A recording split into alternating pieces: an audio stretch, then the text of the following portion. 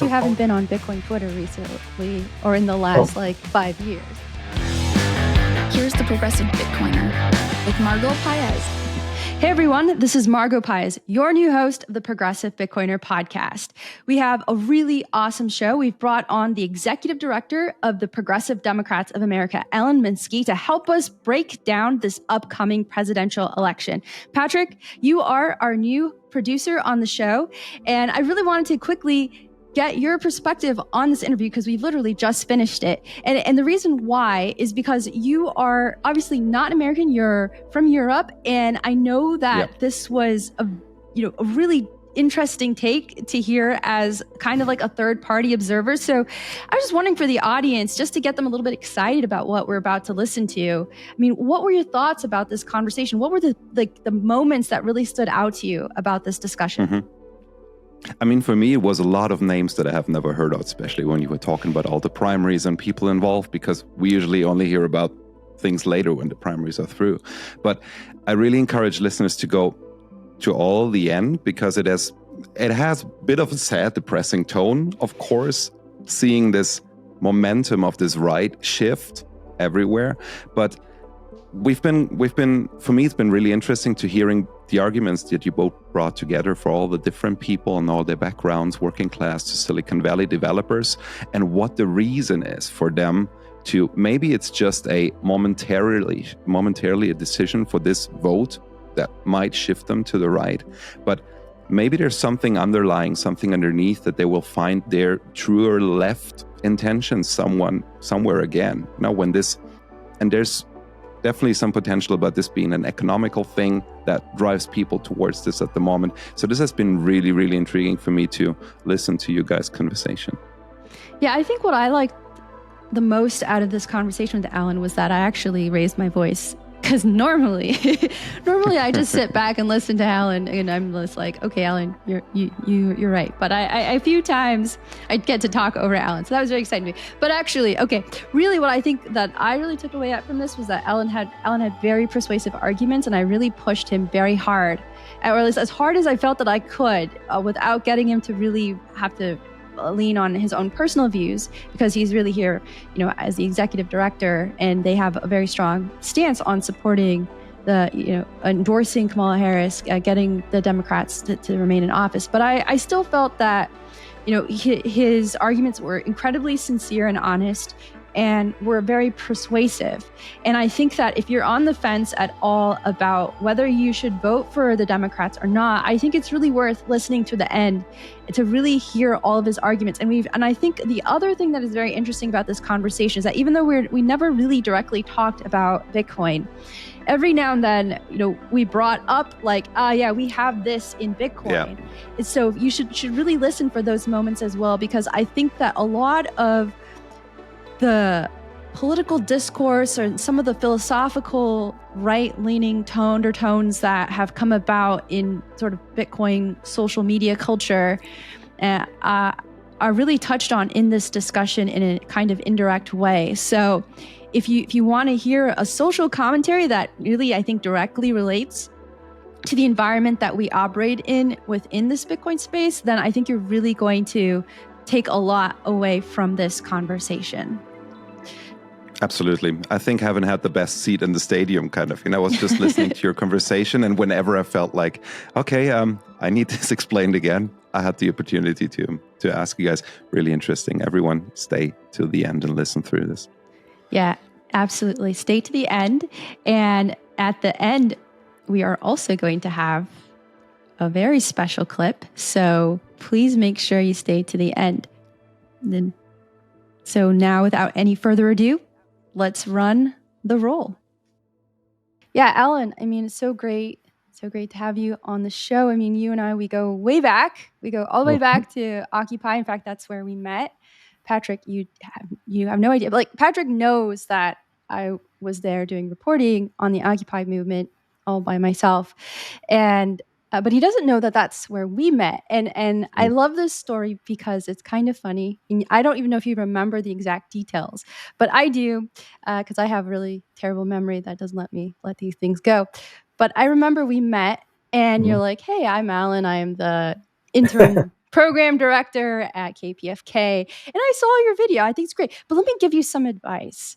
And when you do your delivery, you're a little bit monotone. So if you could just, make it a little more interesting when you speak, I think it would do great. And also your videos are too long. So that was like my first intro to Alan Minsky. And it was fantastic because Alan gave me so much great advice. But the other thing that was so great about it was that Alan brought me back to KPFK. And KPFK is this local progressive radio station in Los Angeles and Hollywood.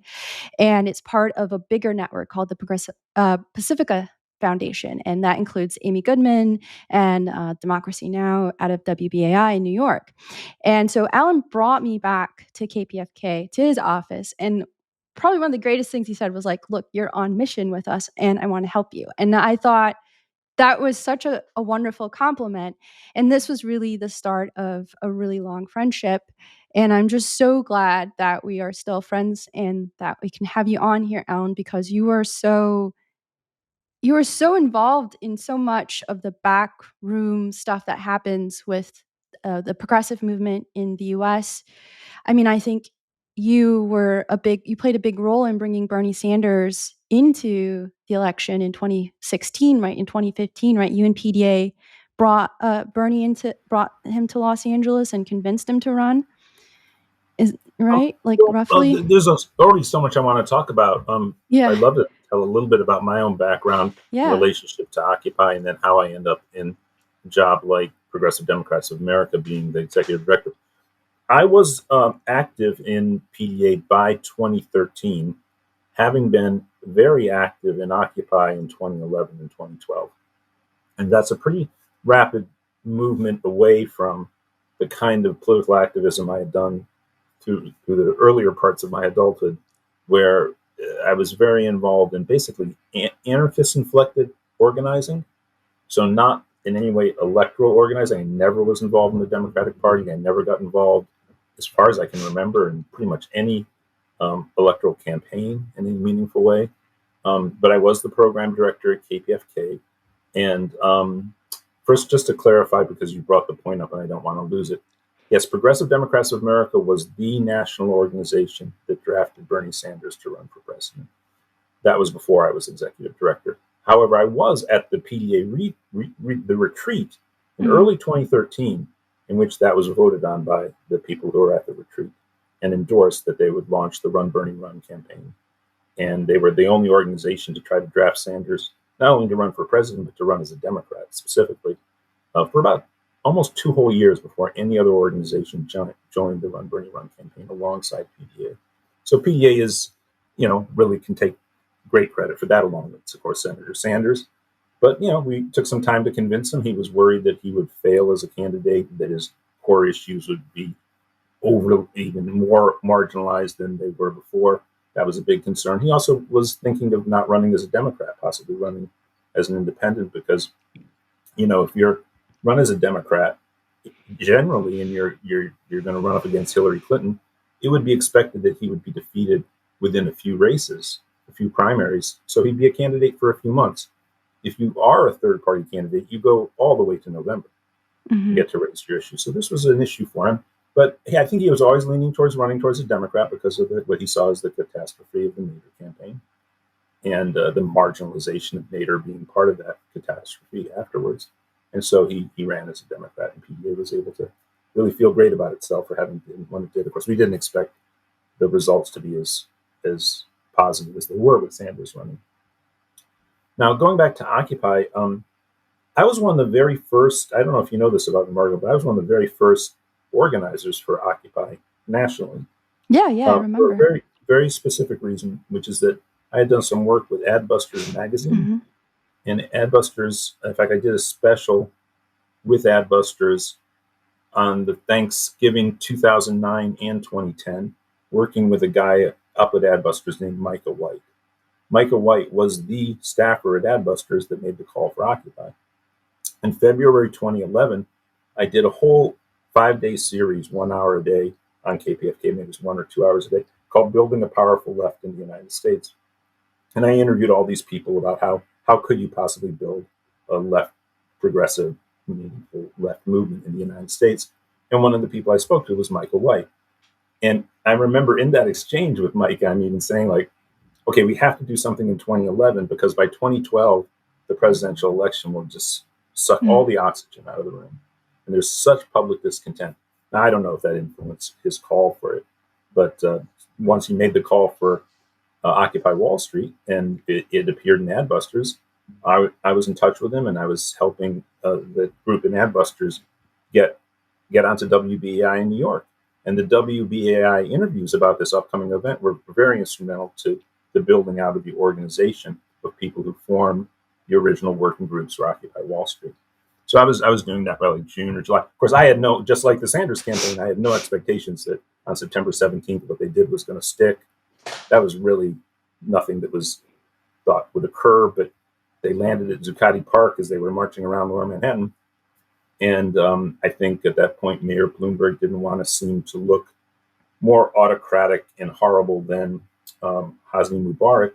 So he did not clamp down on him for a few days, and it grew, and then the whole thing took off, and it spread like wildfire across the country. And I thought it was just, the first 3 weeks, 5 weeks after September 17th, the LA, I never even went to Occupy Wall Street, New York. I stayed in Los Angeles. I actually went up to Oakland the week that Occupy LA had started, even though I had been at some of the original organizing meetings for Occupy LA down at City Hall Park. And but I had to go up to the Bay Area. I remember watching on TV when they occupied, I forget which bridge it was, the Manhattan Bridge or the Brooklyn Bridge. And I thought, oh, they're going to break them. The cops are going to break this thing today. It's not going to last past today. But that actually just made it bigger and bigger. The cops, what helped make it big is, of course, the cops kettled people in and they pepper sprayed them and beat them up. And everybody's like, oh, why are they doing this? And they got a lot more solidarity. And then people were hearing the message. And the message was like a cry in the wilderness because, the Obama administration had come in 2008 and they had put the banks back together and they had not attended to the crisis of the homeowners. They were completely responsive to the very people who had, basically caused the problem in the first place. I mean, obviously there were structural macroeconomic reasons for why it was happening, not solely the nefarious actions of individual bankers. But if any group of people were responsible, it would have been the elite financial institutional bankers in New York City. And they were the very people that Obama put in charge of the administration. So there was a Tea Party rebellion in 2010. But, I think anybody who really has anything like populist economics or politics, they know that the right-wing populism is hollow, that it in no way is responding to or proposing. Have you? I'm sorry. I hate to interrupt you, but I guess you haven't been on Bitcoin Twitter recently or in the last 5 years, where this right-wing populism is definitely does not come off as hollow. A lot of people take this is a whole new home for a lot of people who came out of this anger towards the banks. So I don't think it may be hollow to us, but well, Bitcoin, of course, is its own universe because again, there's a component of Bitcoin, obviously, right, that is very much in relationship to the crisis of financialized capitalism as it related to the rebellion that Occupy Wall Street was. Mm-hmm. Okay, the Tea Party, it was an AstroTurf populist movement that was funded by the Koch brothers, and if you have any and Dick Durbin or something. Well, I'm not quite sure. I think you must be referring to somebody other than him because he's wasn't it senator from Illinois. But he's a Democrat. There's another guy whose name sounds like him. Oh, there we go.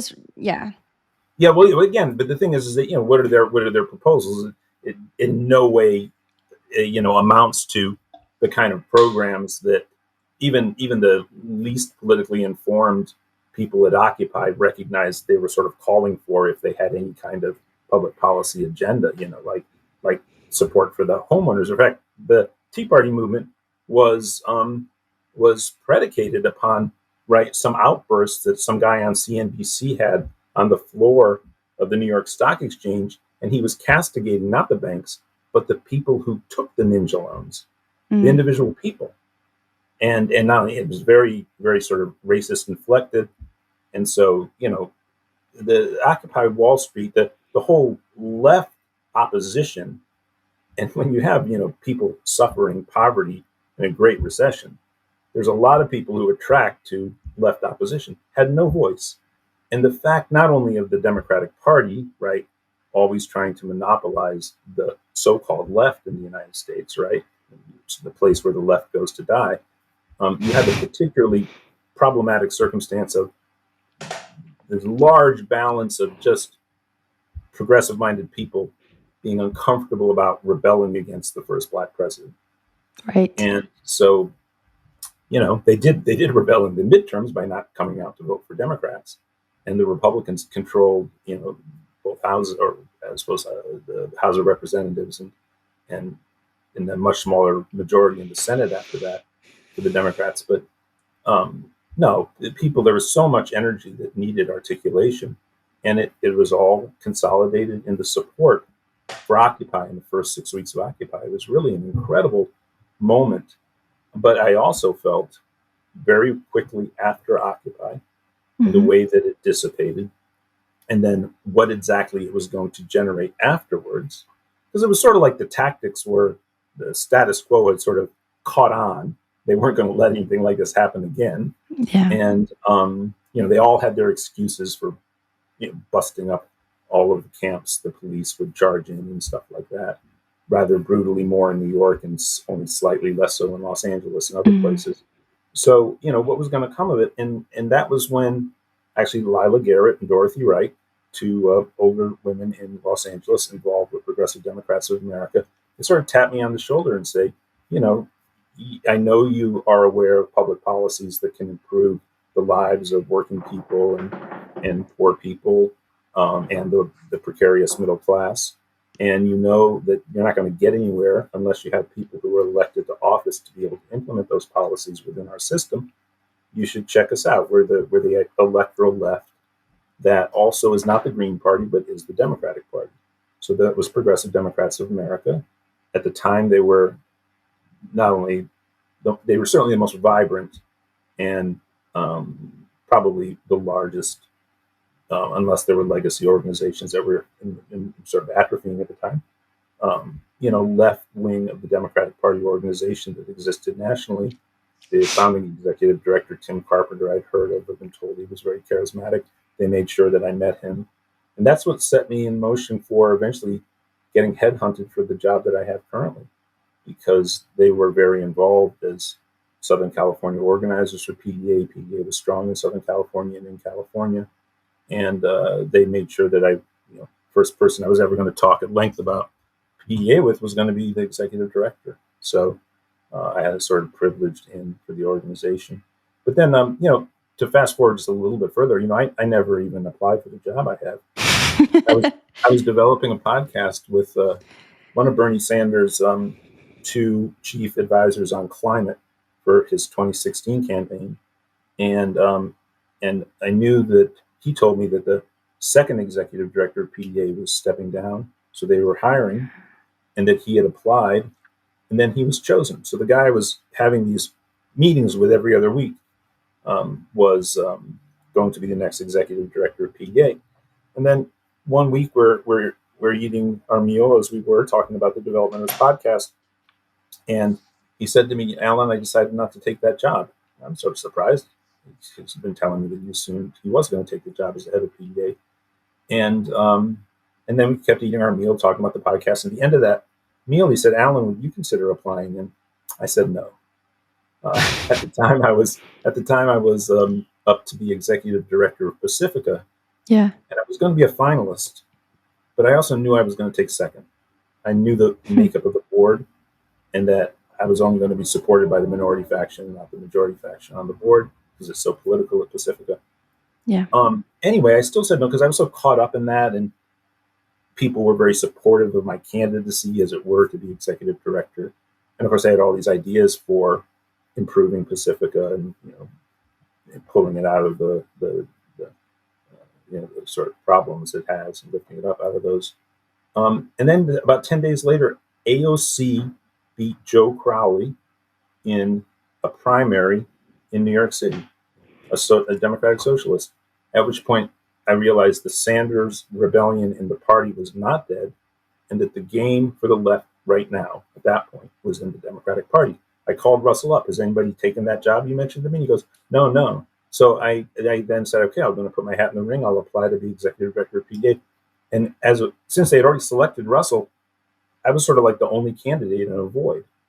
They didn't need to renew the EEOC process, and I did interviews, and I was offered the job. And I'm actually couldn't be happier in the sense that, obviously my life's work was already very, very political.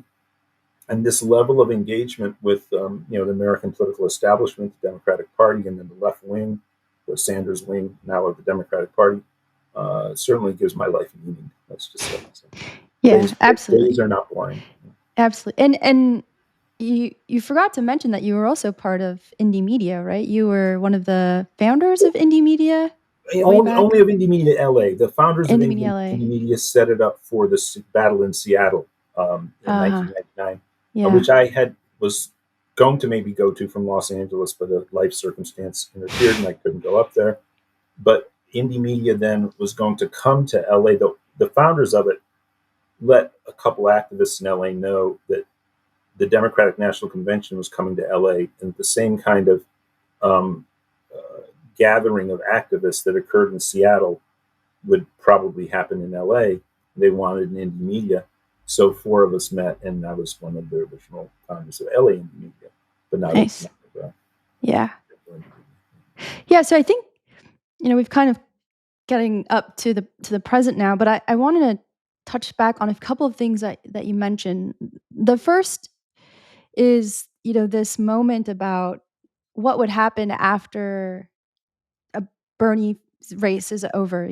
After 2016, he's developed this movement, this grassroots movement that no one really expected to take off in the way that it did. His platform really resonated with Americans, not just, young people living in cities or, college educated people, but he really connected with also people in rural parts. In fact, I'm sure you remember that this was an attack point against Bernie, which was, he, racist and white men, they're the only ones who like him. Like he was sexist and racist some of the time. Those were some of the attack points.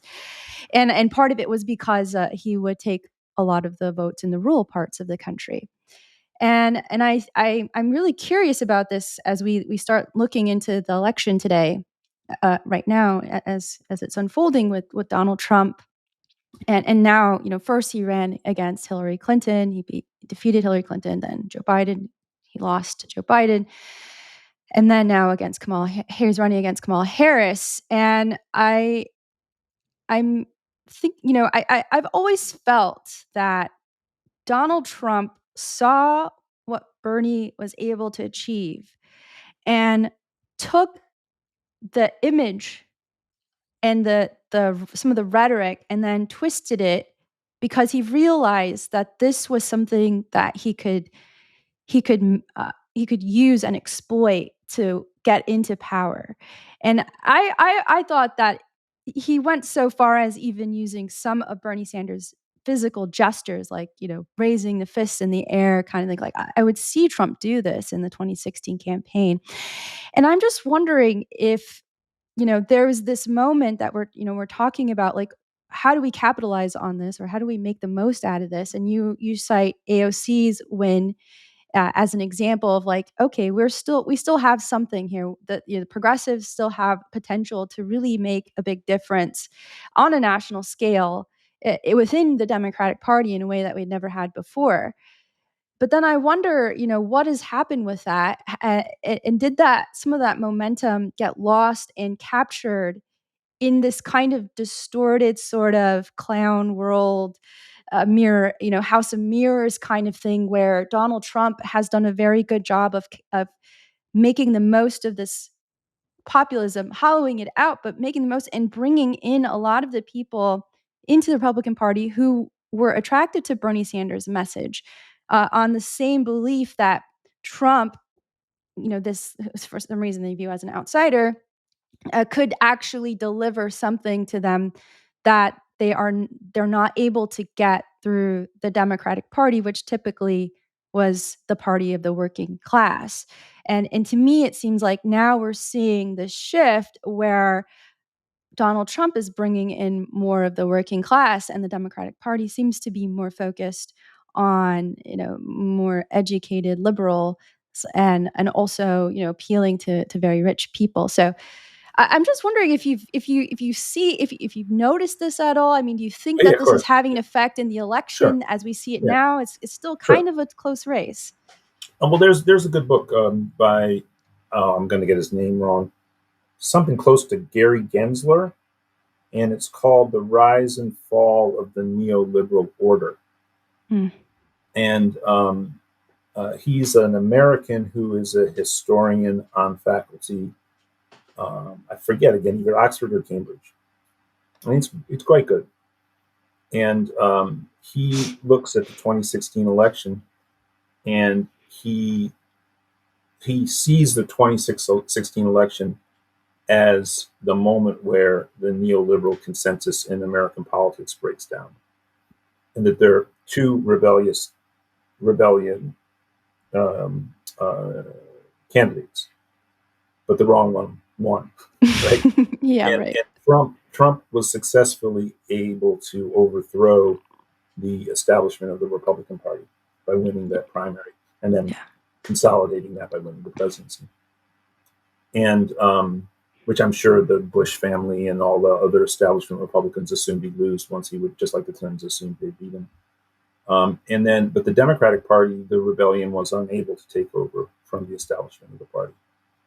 And that, of course, has gone a long way, though not entirely, towards alienating that base of progressives who were organized around Sanders. I mean, the party was helped out by Sanders coming back in 2020, and once again, in a two-party system, paradoxically finishing a close third in two successive presidential cycles, which elevated him to being, a global superstar, and his politics would remain on stage. Of course, through the 2022 midterms, the Squad, and by the way, there are about twice as many Congress people who have the same politics as the Squad, but they're not identified as being in that clique.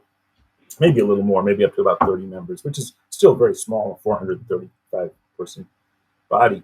But the Squad, the victories of the Squad showed that those politics continue to have legs. It's very hard to overturn incumbents within the House of Representatives. Incumbents almost always win. So you had the slow growth of what was clearly the legacy group from Sanders.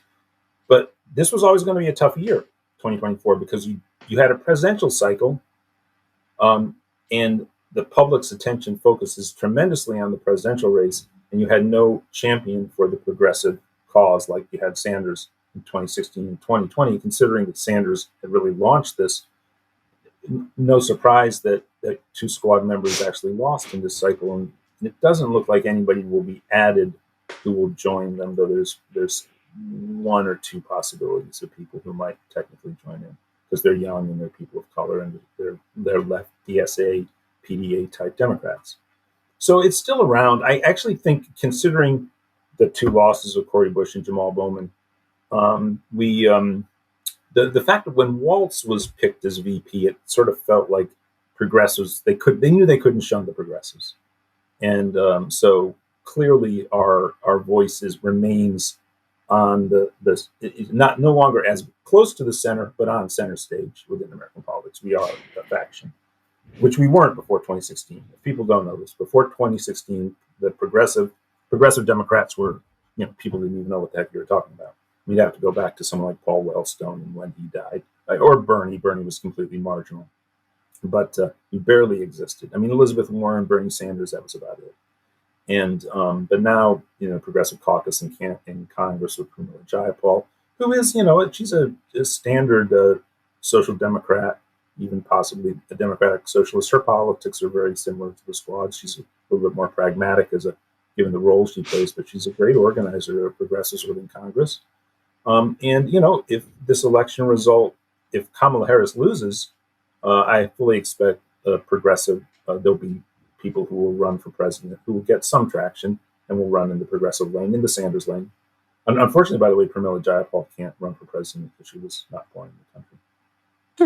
Can I just ask you one thing here, Alan? Because like from here in Europe, my perspective is like we have this build up before the election in the media, like a month or two before. It's like this is going to be the most important election for the world again. But before that, we don't really hear anything about it. Like, for example, the entire movement with Bernie Sanders, this has been discussed here in the media back then, but it's not very important. So we basically we hear when the two candidates are set, when the primaries are over, then the discussion starts here in Europe. What's going to cause, what's going to happen, geopolitical consequences and all that.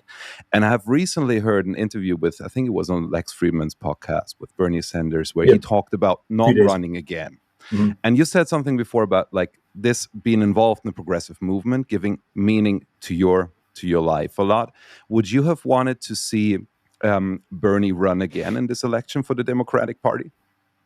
Oh yeah, I mean, if Biden had stepped down, yeah, we would have made a call instantly to draft Bernie. He might have said no, given his age. He probably would have said go. I mean, the problem Bernie would have faced is he's slightly older than Biden, and Biden, had he stepped down, would have been doing so because of his age rather transparently. So would have made it very difficult for Bernie. There's some people who were sort of jockeying to be the heir in terms of being a presidential candidate. People talk about AOC, but it probably would have been too early for her to run this time, just in terms of what her profile is.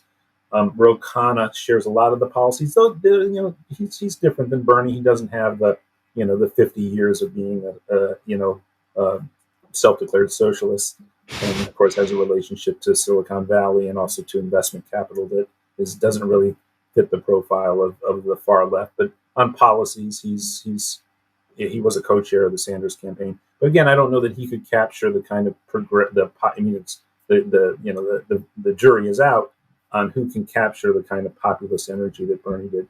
Of the three American politicians who really captivated the public in the 21st century, all of them have a very old skill that is not really thought of as a necessary skill for a candidate. And it's Barack Obama, Donald Trump, and Bernie Sanders. And all three can command not just a room, not just an auditorium. They can freaking command a stadium. I mean, they are so magnetic as speakers. They're all very different as speakers, and but that skill, I think, is something that the American public looks to. The kind of charisma that it generates is very important. And actually, for what's worth, Kamala Harris, and we can start talking about her maybe, but I actually think she's doing better I'm surprised by this. She's doing better in the large public appearances than she is in the sit-down interviews. Hi everyone, hope you're enjoying the episode. Today's episode is brought to you by Bitbox. Now, Bitbox is a hardware wallet that's open source, incredibly secure and easy to use, and it's what I'm using to safely secure my Bitcoin in cold storage. Now, I know self-custodying Bitcoin can really be intimidating, but Bitbox is designed for ease of use without compromising on security. It's USB-C compatible and allows you to easily back up and restore your private keys with a micro SD card, which is really cool. Now, you can purchase the Bitbox using the promo code TPB at the link found in the show notes for 5% off your purchase. And I really want to thank Bitbox for their support of the podcast. All right, I'll let you get back to the episode now. But even so, in those large public appearances, it's nothing like Obama or Bernie or Trump. People understand that it's not the same kind of thing. There was a point in the 2016 primary cycle where you really felt like Bernie. I mean, people were attending these things as if it was these were like tent revivals in the 19th century of America. And then same with Obama, though I actually think there was a lot more substance to Bernie. And then with Trump, boy, of course, one thinks more. Sorry to say this to a German, one thinks more Nuremberg than they do. But they're not like that. I mean, that was an incredibly choreographed, disciplined event. The Trump events are anything but that. Yeah, I wanted to talk a little bit about Tim Walz because as a progressive and what that actually means, because I had never heard of him before he was nominated as VP, but I did hear some things about his positions on climate change, and that initially he was opposed to some of the grassroots pressure that was being put on him locally. And then later on, he came around and realized, okay, actually, this is good for my state. And I was wondering if you knew anything about his background and his political views on climate change and his policy views on that at all. Oh, and how they had shifted. I don't think he was particularly good. He might not have been the worst. Yeah. But I don't think he was particularly good with Line 3, I think it's called, which is up in northern Minnesota. And the indigenous tribes up there have led the effort to try to block. These are pipelines that go to like the Great Lakes in the United States down from Canada, where they do the, what's it called, the that type of like the tar sands, oil mining. Yeah, the tar sands, tar sands, yeah. And so I don't think he was particularly good on that. The reason he has such a high progressive profile, high enough that he was at all considered to be a vice presidential candidate, was because when they won a very slight majority in both houses and he was the governor, they passed a really, really thorough agenda, but really on domestic policy, Minnesota society. I don't think too much relating to energy or climate was a part of it. It might have been, and I'm sure it was much better than anything you would have seen from the Republicans, or given that it's Minnesota, probably better than what you'd see from most state Democratic parties, but nothing groundbreaking and nothing strong enough to then be in solidarity with the people trying to fight Line 3, which, as far as I know, he always did support. Only Ilhan Omar in Minnesota politics really stood up for the people up in the north. Okay. So I think, a lot of people, especially millennials, younger, are having a really hard time with this election and the candidates, the choices. And I know that right now you and PDA are out there really advocating and trying to get people to come out and vote for the Democratic Party, which you've clearly have stated that the major reason is because there's no one else who can stop Donald Trump. And so the view is that Donald Trump truly is still this horrible figure that cannot really that should never have, the reins of power again. But I am really still seeing a really big disconnect amongst people and the Democratic Party on economic issues and also on Gaza.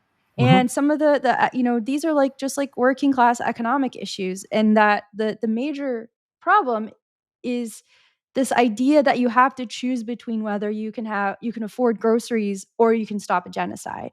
And I'm just wondering, there is this growing movement of people who are really feeling so disaffected, so disenchanted by the two-party system that they are trying to move towards independent parties or third parties like the Green Party.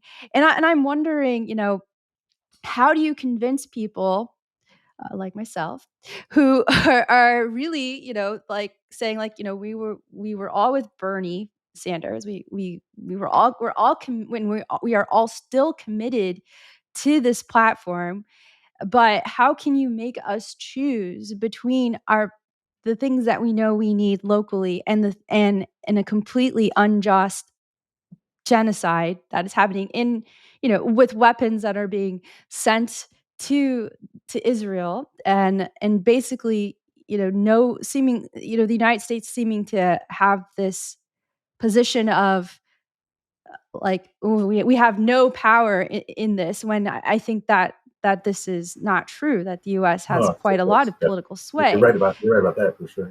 Yeah. And so, how do we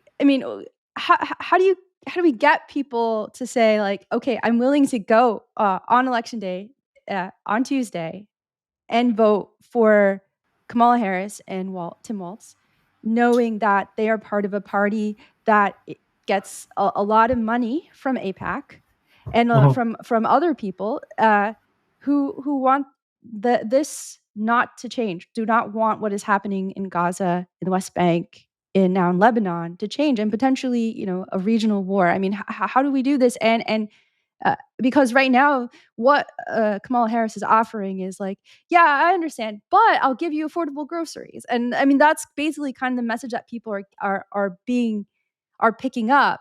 And that's what I'm seeing on social media. So I'm seeing that this is the message that is reaching many people and that they're unhappy about. Like, how do we reconcile this? What is really, I guess, what is the big picture here? How do we convince people? How do you we can convince talk people? specifically about her campaign in Gaza, but Trump. Then we should talk about why it's essential to defeat Trump. Yeah. If you want, we can talk about the Green Party, but that's a little tricky for me for reasons I can explain in a moment. But I'm happy to do that too. Okay, first of all, Donald Trump, when he debated her, even though he did terribly, but his standard talking point is to say that Kamala Harris has been in charge for 4 years. And so why have you done the things that you're saying you're going to do? So at the one time they're trying to, she's been not that great at unequivocally stating that she's a different person than Joe Biden. She had the moment on The View where she said she really wouldn't change anything. And then at the same time, she's saying there are these things she wants to see done, and there are enough not yet achieved things that Trump and Vance are able to say, well, why haven't you done them? You've been in charge for 4 years. Well, hey, first of all, the vice president is simply not in charge. And, it's just everybody knows it. Who knows anything about the office of the vice president? You have almost no power over anything. You've almost invariably been brought there to fill out a ticket in a campaign because your presence on the ticket was thought to achieve something, not because you were ideologically or politically a match for the president.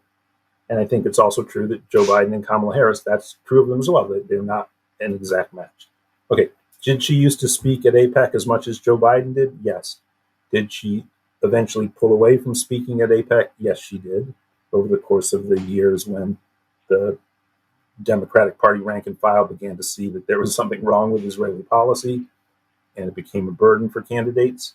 Again, not really necessarily signifying that she was figuring out for herself. It was political expedience that led her to pull away from AIPAC. But we don't have that much evidence except the very fact that she's not.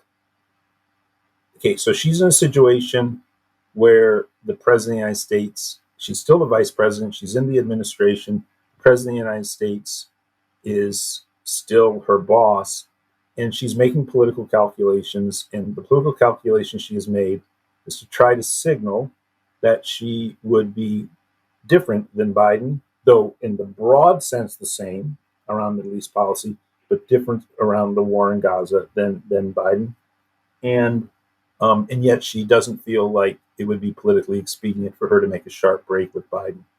In fact, she probably feels like she would get a lot of consternation from some of the very people she's trying to win support from, like the foreign policy establishment people, right, that are unified with her because they are also speaking out against Donald Trump.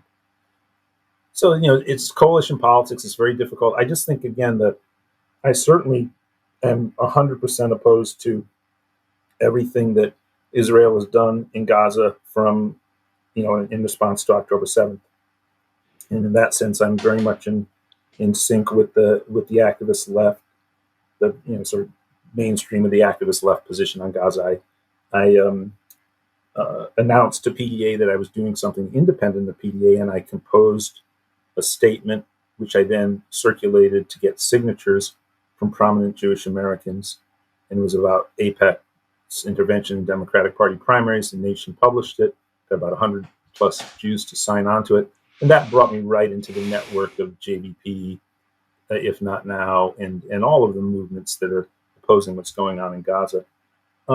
So I think she's made some very bad missteps in terms of the thing at the DNC not having a Palestinian American speaker, and I was very had a front row seat for that drama. That was a real failing. And I certainly am, of course, PDA's position and my position is, well, my position is a little stronger than PDA's official position, but we certainly are for ending all arms shipments now to Israel. That should have happened months ago, and we should completely cut them off from any support, military support, and doing so would end their offensive military actions. And the things that have gone on in Gaza are horrific beyond, you know, and I fully support the adjudication of the international courts on the question of genocide. But Kamala Harris is not the author of American policy on it. And there's some evidence, as much evidence as you could possibly expect from a Democratic Party candidate, short of Bernie or someone from that wing of the party, that she's, signaling that she at least wouldn't put up with what Netanyahu is doing to the degree that Biden is. Okay, so that's where she is. It's not acceptable, in my opinion. Doesn't go far enough. I think Israel is right now basically should be viewed, its government, as a pariah state. I think that, Israel, we need to demand, and she calls for this, that we have to go forward with, she calls it a two-state solution, right? To go back to that template. But she calls for full, civil, human rights, self-determination for the Palestinian people. And they have to compare that to Donald Trump. Donald Trump has received more money from someone other than Elon Musk for his campaign. One person, Miriam Adelson. You know who Miriam Adelson is? Yes. She's the widow of Sheldon. She's, by the way, Israeli. Yes. Okay. She's Israeli-American now, so she can do that. It's legal. But she's born in Israel and has lived in Israel her whole life. She's on the right wing of Israeli politics. Her official position on Palestine, no criticisms of any of the actions in Gaza, and she supports the full annexation of the West Bank. Right. So she's like Nakba 2. Full.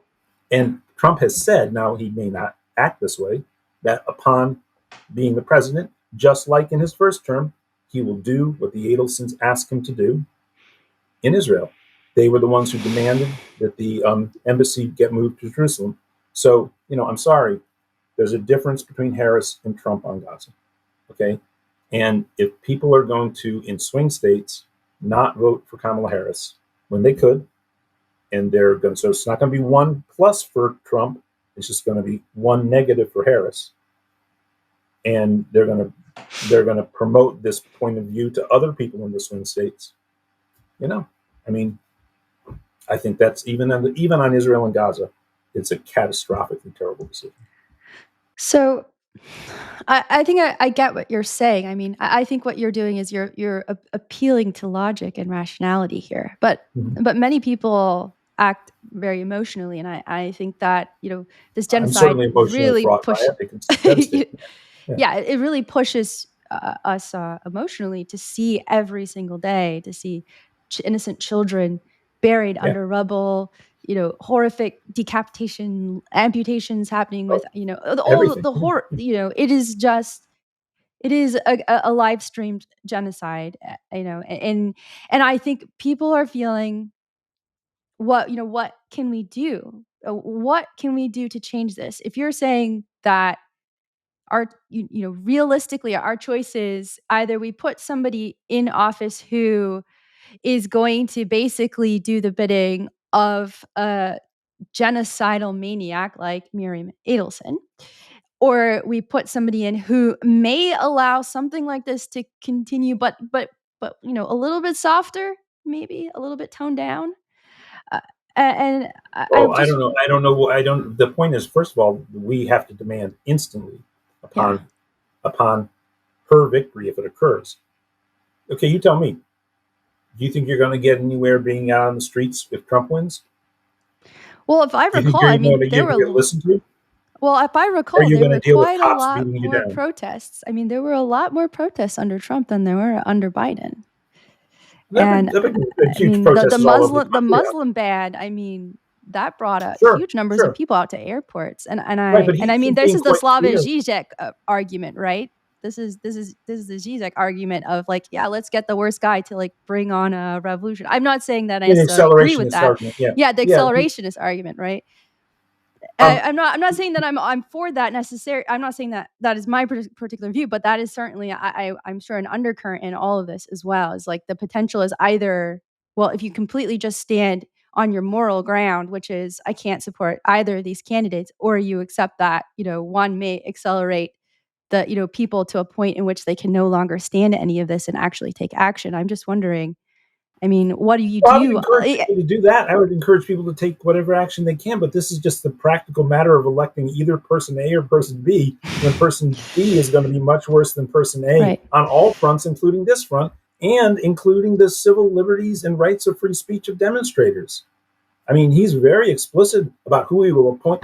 Okay, if Donald Trump wins the presidency, it is almost certain that the Senate will be in control of the Republicans. Now, if Harris somehow wins and then maybe not that close away, possibly John Tester or Dan Osborne could win, and the Democrats will hold on to the Senate. But not if Trump wins.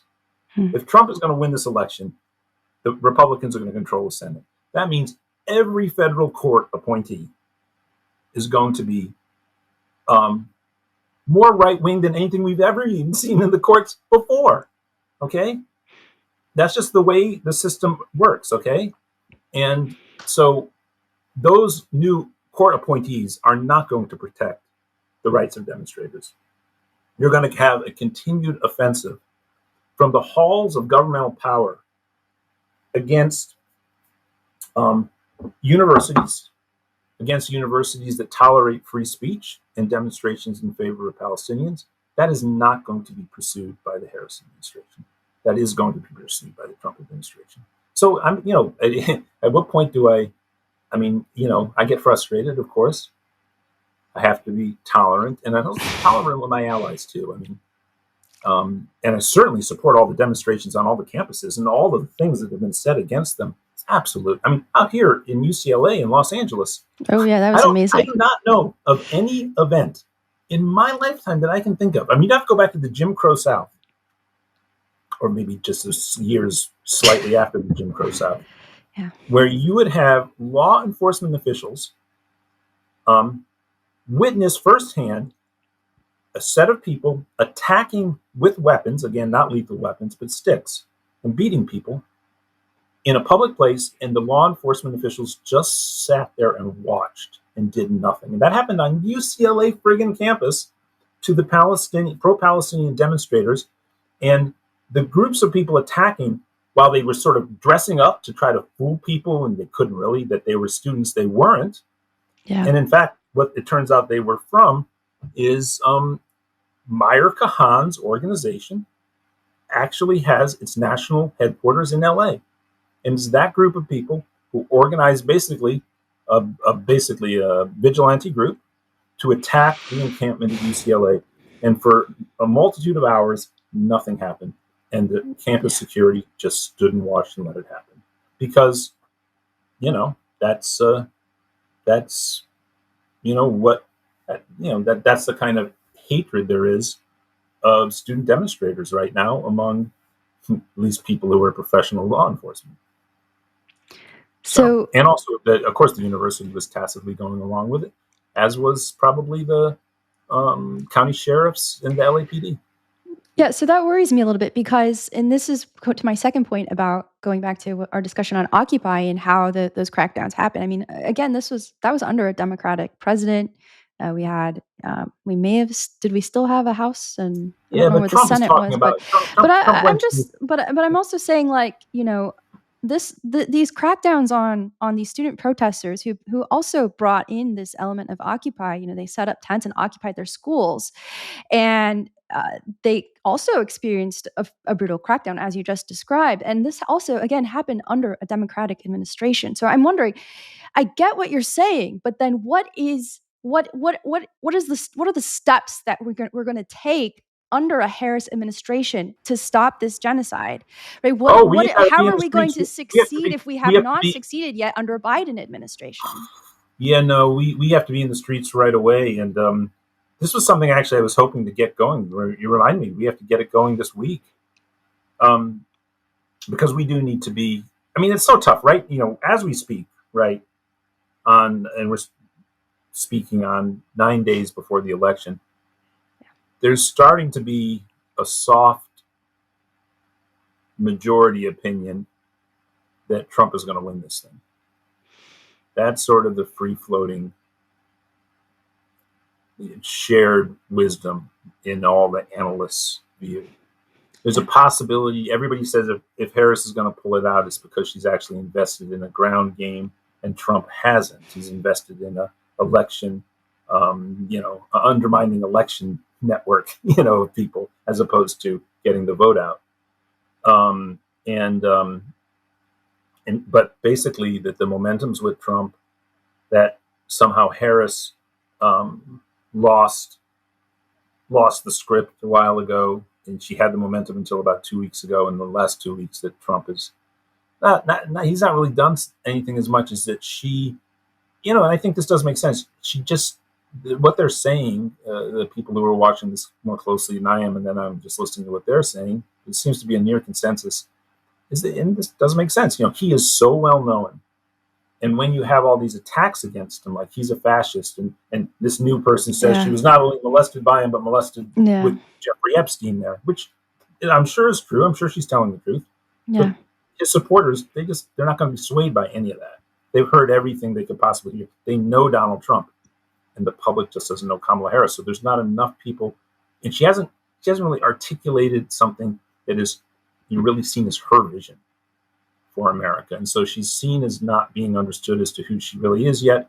And that's a very hard thing to get people to go out and vote for, So yeah, it's tough right now. But that's one of the reasons that I've actually stalled on doing the organizing necessary.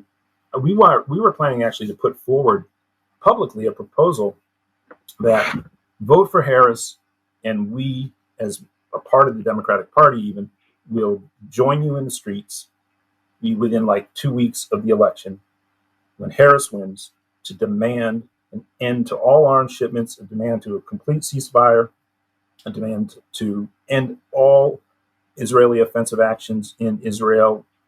Obviously, you don't give any weapons, is the way you force that to happen, and to demand that of them, but with the increased likelihood that Trump is going to win this. And of course, we couldn't do it the day after, because the reason we wouldn't call for it immediately the day after, which of course I would, under normal circumstances, say we have to do it the moment we know Harris is going to win. We have to be out there and do it. But there's going to be chaos from the Proud Boys and the Trump people and all that crap, and you got to give it at least like 10 days. If Trump wins, I don't know what we're going to do, but if Trump wins, I think there'll be instantly like mobilizations from like the Women's March type of people, type of thing going on. But look, the Trump thing too is, I think the naivete about not voting for Trump does extend past Gaza, and I understand the importance of highlighting Gaza, but you have to look past it.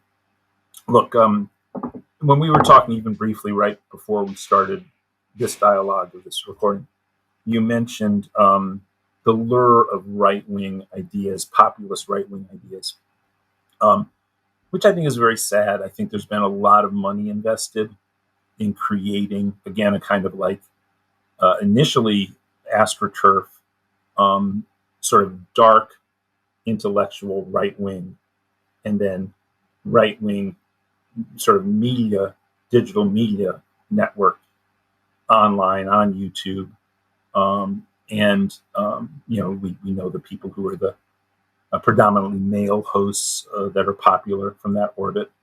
And over the last 4 years, they've been promoted and had money behind them to lift them up in their profile on YouTube to such a great degree that you now see what had been a consensus, very progressive, younger Americans under 30. You now have a gender split where the women are still overwhelmingly progressive, but the energy and the momentum is with this far right set of ideologies. They of course would claim not to be racist, though they have a flirtatious relationship with the racist super far right. Okay. So who are these other people, and what's their ideology, and what's their lure?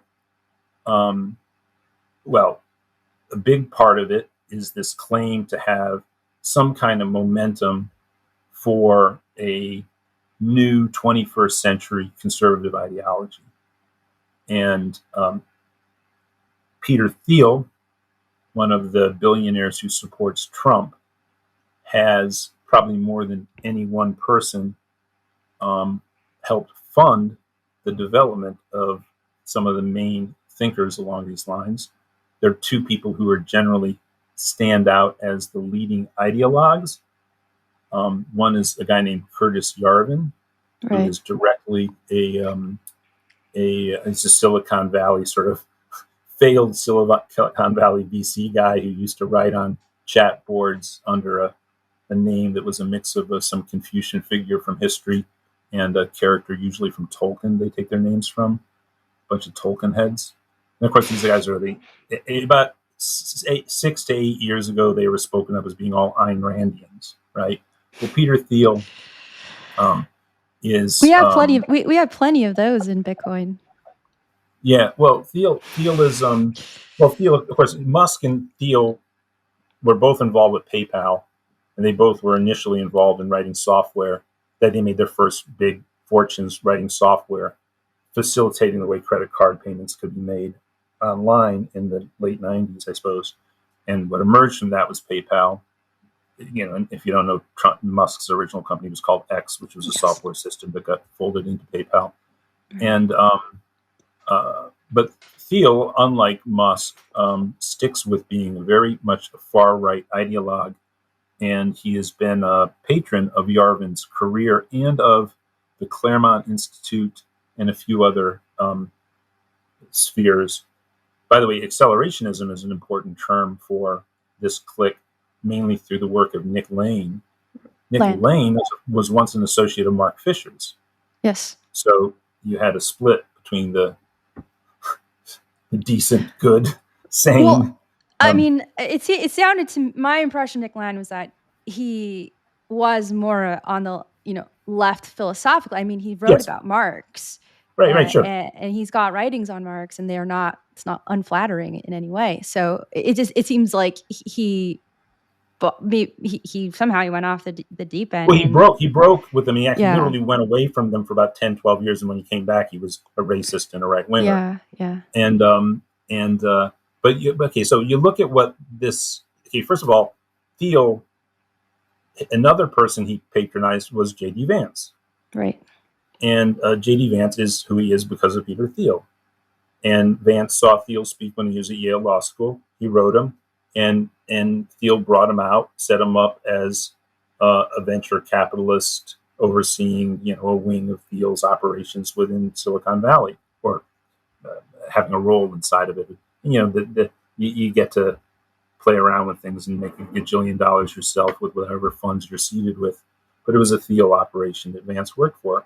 And of course, Vance put the majority of money that Vance raised for his Ohio Senate campaign to win. So he basically bought him a Senate seat and effectively bought him a vice presidency.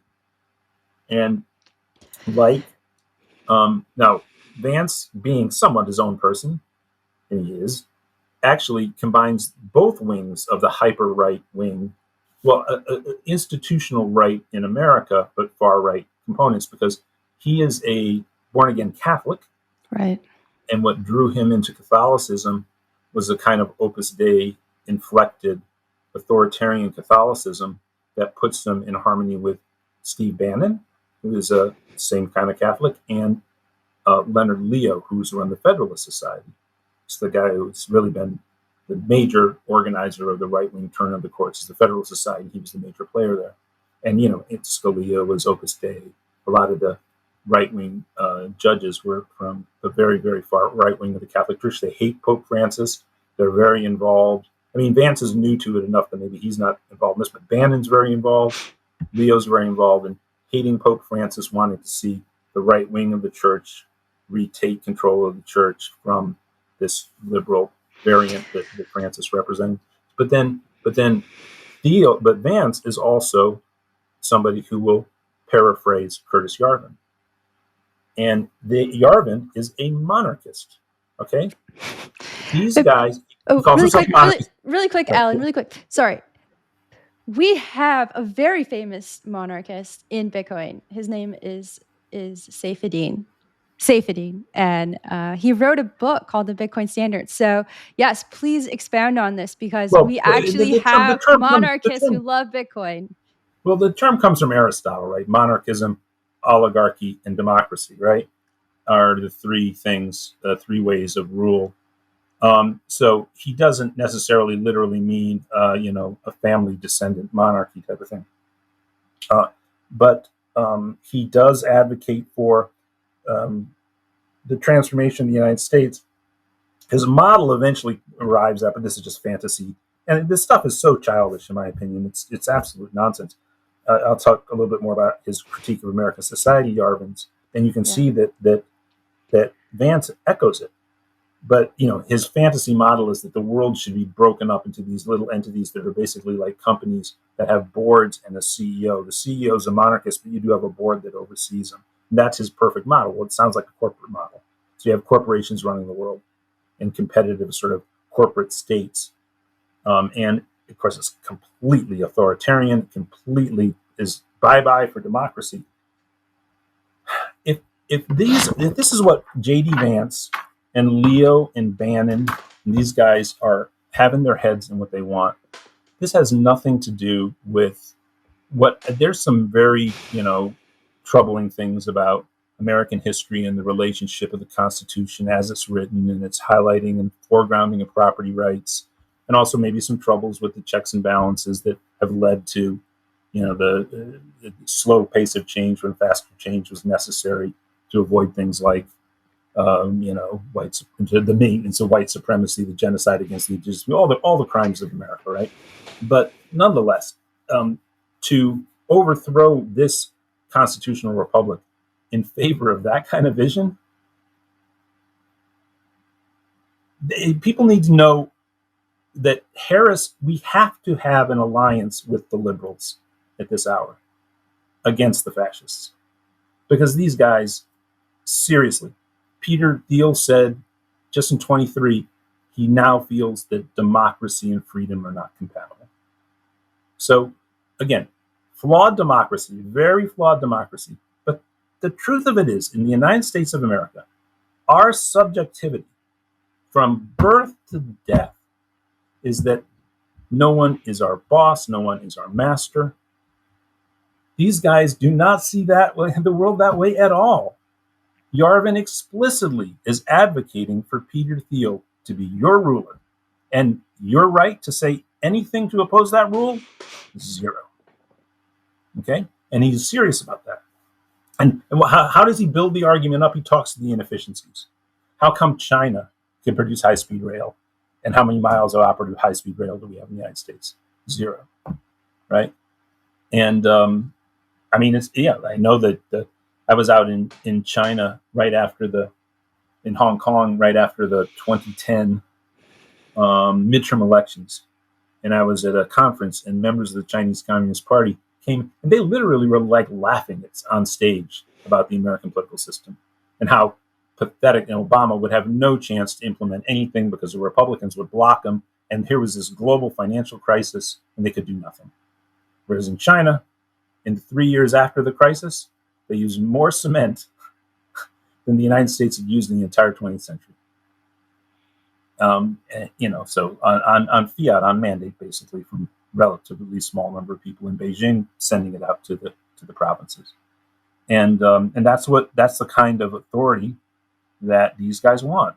Yeah. And they argue, of course, Yarvin makes the argument that it'll be efficient. Now, what he then argues, this is where it just is total abject nonsense. This is just like it's like a Mad Lib. You can just write in the answers so that it just fits your wish fulfillment. But he argues that the real cultural hegemons in America are the universities and journalists. And now you get to where Project 2025 and Vance come in. Because Vance has said this perfectly.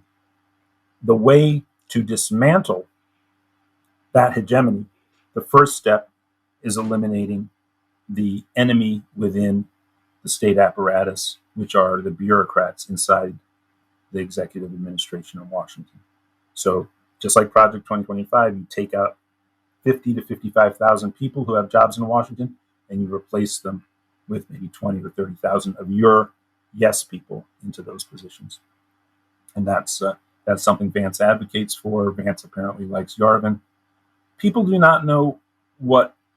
Look, why is this all happening? This is happening because you have such powerful oligarchs who basically own and control much of the essential resources in the world, which are, they're material, but they're also these things.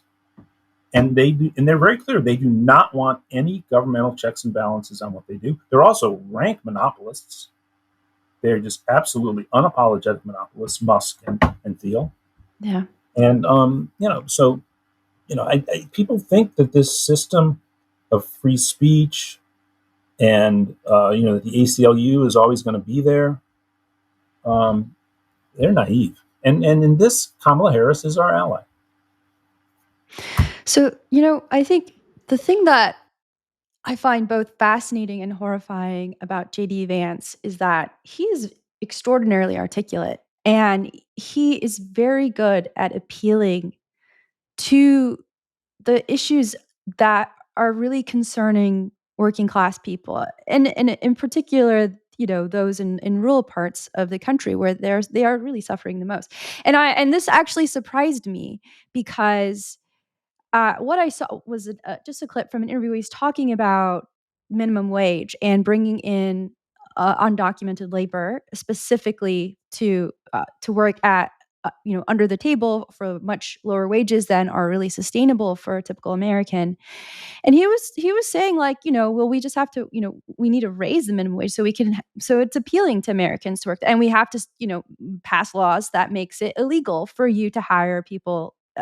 He used the word illegal immigrants. I really don't like to call people illegal, but that this is what he was saying. And I thought, this, I can see how this can have incredible appeal to somebody who is, working 2 jobs, 3 jobs, minimum wage, barely getting by, has no savings, probably cannot afford a home, no education. They're just, the bottom of class in this country, and they see they're not hearing this kind of language from the Democratic Party. So what scares me is that the Democratic Party supports a rise in the minimum wage. But I don't think Trump doesn't.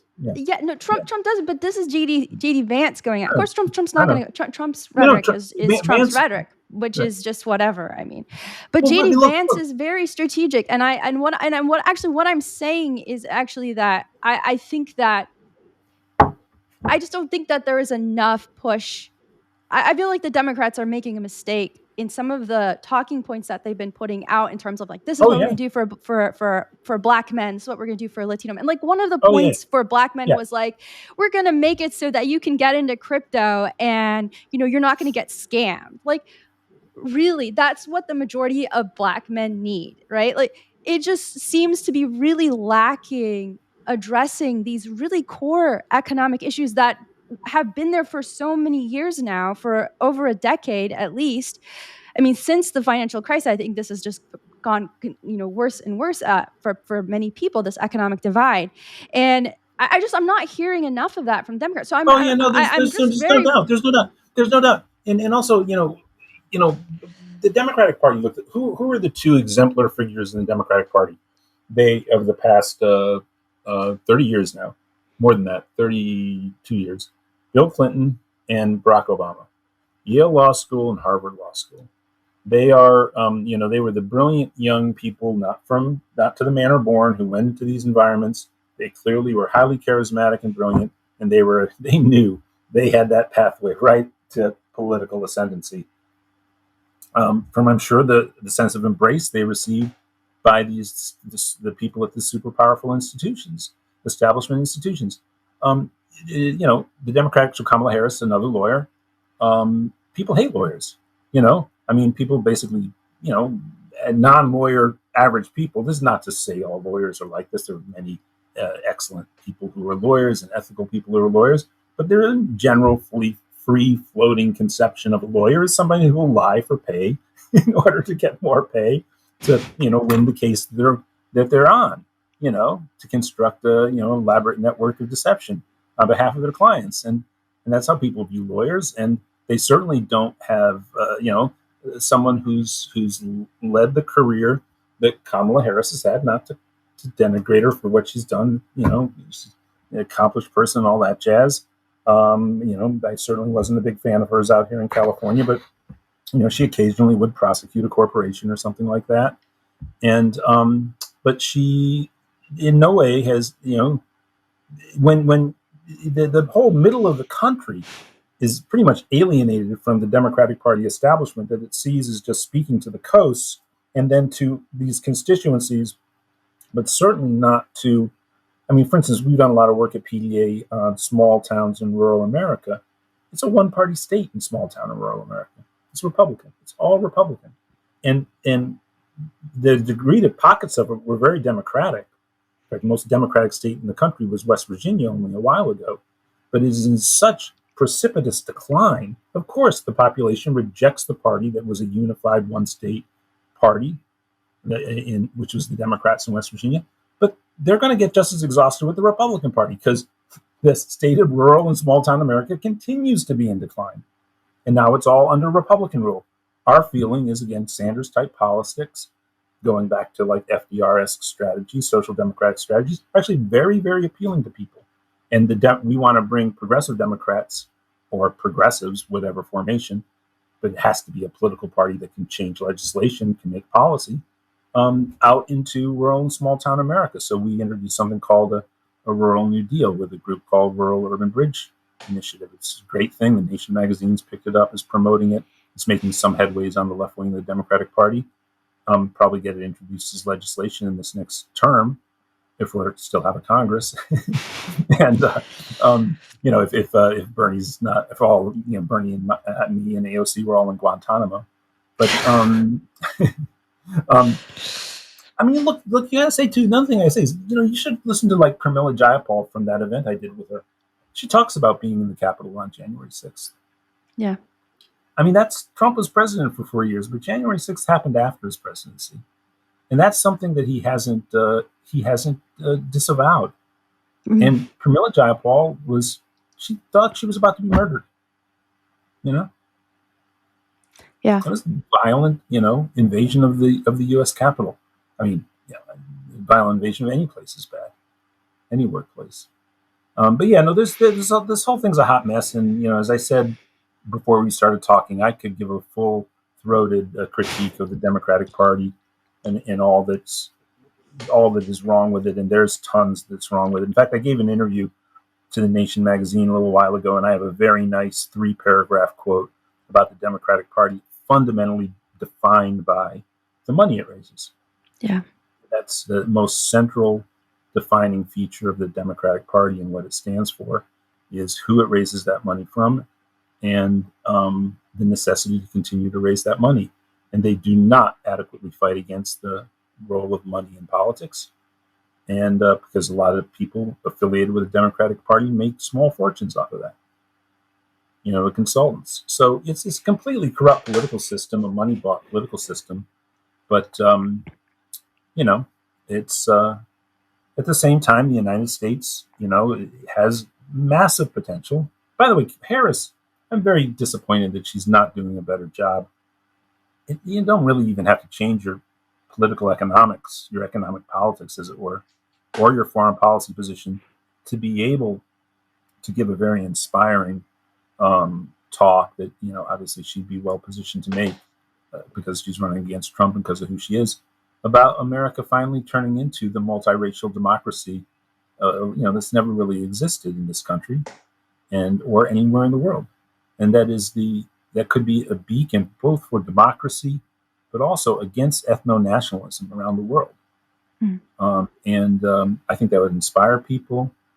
And she just hasn't been able to establish a voice that lifts in that way. And I think the election, I don't blame her a lot for if she loses the election. I think it was a hard assignment to come in late like this. But still, Yeah. It's the Democratic Party that's losing. Yeah. Well, I personally don't want to see a second Trump term, so I will hope that doesn't happen somehow. But this has been both a very persuasive and also, yet again, demoralizing conversation on the state of American politics.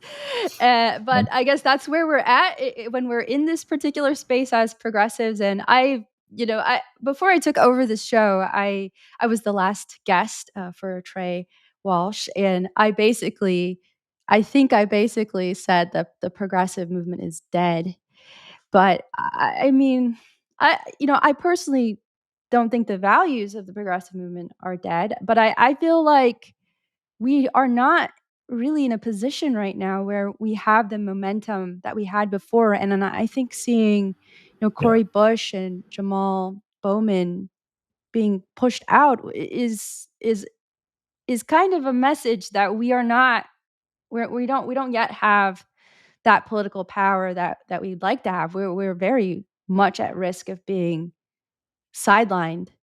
And I felt like, the DNC convention was a little bit of a reminder of that, because I really felt like, they gave Bernie a position to speak and of course to say his usual talking points, but I felt like it didn't have the same powerful message or motivation that it had in the past. It seemed like it had become almost like a packaged, reified version of Bernie's message. And so these things really worry me. And AOC's talk also just, to me, signaled more of an aspiration to become more powerful within the party, but not necessarily, unclear to me, where she stands anymore in terms of really getting progressive policy passed. So maybe I'm being harsh on her, but I'm just not. I feel a little bit like what PDA, of course, is this beacon of light, and it's a very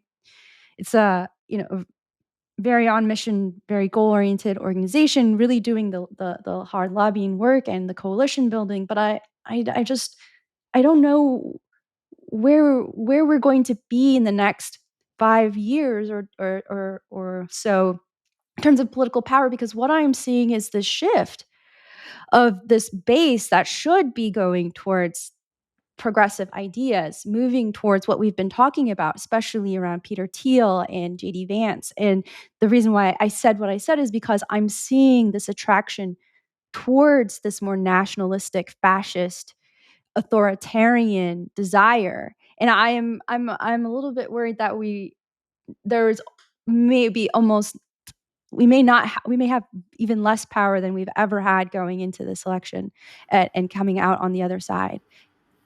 I mean, I think we're out of time, but I have a ton to say to that. Yeah, we'll give you the last word, Alan. Oh, no, because, I mean, obviously there was a situation where, I mean, there's some things that domestically the Biden administration did. And by the way, internationally as well, that, Trump deserves credit for at least one policy shift he inaugurated, which was the break with the global trade pacts. And but Biden actually picked that up and took them further, at which point, you'll see the Economist and the Wall Street Journal say globalization is over. Of course, that's not true. We have this very integrated technological international economy right now. But the regime of 90s and noughts era globalization has shifted. And of course, the supply chain crisis of the pandemic reconfirmed that this shift was going to be taken further, and Biden has led on that.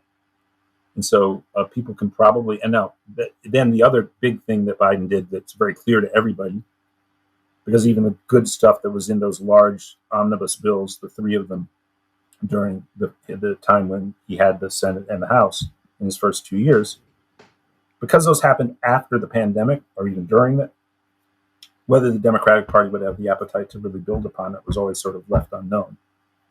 But the unions, the NLRB, and for him at least, Lena Khan as well. Mm-hmm. That was more than anybody would have thought to get out of Joe Biden, and I think Bernie had a lot of influence on these things, especially on the union lift and the state of the National Labor Relations Board. I would not expect the Kamala Harris administration to be, it could maintain the NLRB. There's a lot of expectation that she would move Lena Khan out. Maybe not, though. And are there other ways that she could pick up and continue with that? That's all possible. But yeah, I think Bernie Bernie as I love him. I love him so much, but and I don't think he's wrong still on anything, and he knows what he's doing. But I think the oppositional language that is so attractive was not going to be so prevalent as long as you still have Biden as president. And you saw him actually do the thing of saying he wanted Biden to stay, not Harris. Yeah. He was one of the last holdouts. And that's, I think, because he knew the importance of his personal influence and relationship. And I don't think he has one with Harris. Yeah. So anyway, definitely. Look, this is great. And look, I would encourage everybody everywhere to vote for Harris, not only in swing states, most important in swing states, because Trump is a nightmare. And don't kid yourself. Even if it's just the courts, folks, do not kid yourself. The damage will be severe, but it's going to go way past that from the new incoming Trump administration with Vance as VP, and Thiel and Musk and these people surrounding him, as opposed to the people who did last time when he had no infrastructure. And then, but I would even encourage people I know Jill Stein. I have long stories. I can talk to you about the Green Party and everything. Even in non-swing states, I'd encourage people to vote for Harris because, quite frankly, the Trumpian Proud Boy psychopaths and Trump himself are going to be attentive to the popular vote split in terms of how much of a disruptive temper tantrum he throws if he loses. And I think that's just true. So anyway, thank you so much, Margot. Thank you, Alan. It's been Actually, can I ask you both one more thing about, you've been talking so much about these ideas of what potential voters that are still deciding in swing state, whatever, that working class people up to people living in Silicon Valley, building whatever. And there's a shift that you said, a magnitude. How big is this magnitude of this shift towards the right? Because what I think when I think of Silicon Valley people, I thought of people that there's interviews of early Apple coders that said, well, we've just been building a world for us, which was a world for nerds. Would we have known what the cultural impact of this would have been 10, 15 years later, we would have quit our jobs right away. So what I'm trying to wrap my head around, listening to you both putting out these points very well, is this an educational shift that could happen, that could change this magnitude? How deep is this magnitude of this shift to the right actually going? What are your thoughts on that? It's very unclear. It's a relatively new phenomenon. It's new enough that I think the degree. I knew about things like the guy who was in Romania who got picked up for trafficking, Andrew Tate. Right. Oh, yeah. And then Rogan, who just interviewed Trump, and apparently it's pretty disgraceful. Is he a figure of the right? No, not really. He supported Bernie Sanders for president last cycle. And so I'm not going to get too into beating up on him. But obviously Ben Shapiro, Logan Paul, all these guys, influencers. What's happened is it's penetrated younger men. Of course, Jordan Peterson's an important figure too, because he's always overtly spoken to younger men. In many respects, the liberal antidote to him is a guy named Scott Galloway, who wants to be clear that he's not a progressive. So one of the things that's happened in the last 3 years in American discourse is that progressivism began to be defined in the mainstream media by establishment Democrats and all variants of Republicans and right-wingers. So the vast majority of voices in the mainstream media.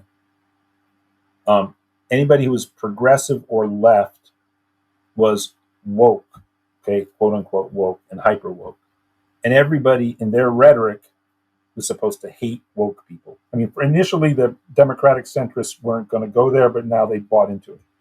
So you have, pretty influential centrist Democrats like Bill Maher.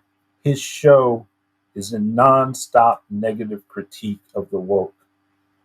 And so the way then that has been parlayed as an anchor for the appeal of the right, the Trumpian right, or this kind of nerd right, is for young men, because the left doesn't care about you. They only care about people of color, people from the LGBTQ community, and women.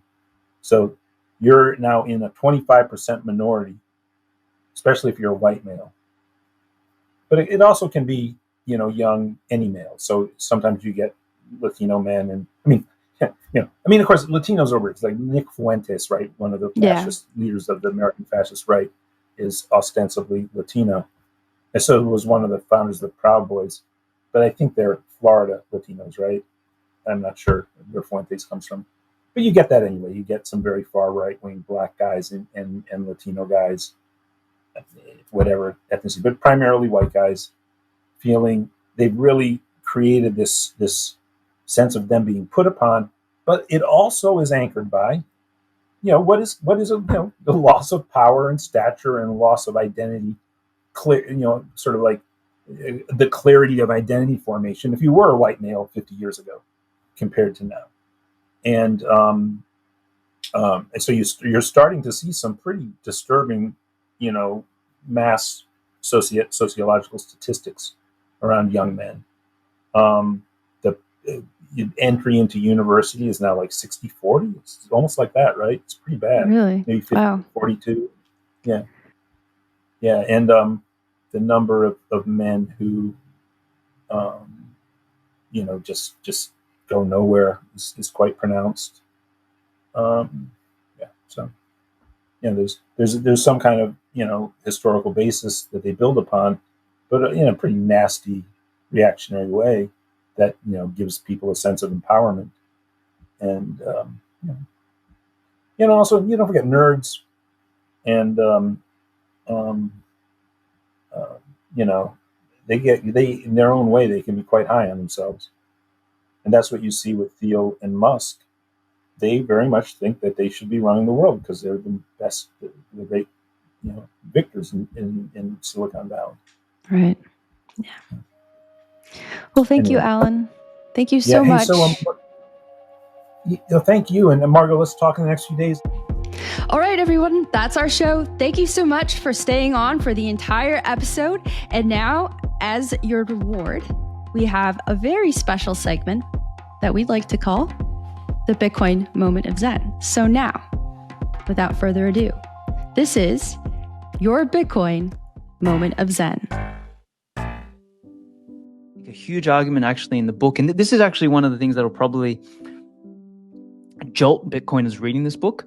I actually make the argument that it's the upstream problems are not all related to the money. And a bunch of them have to do with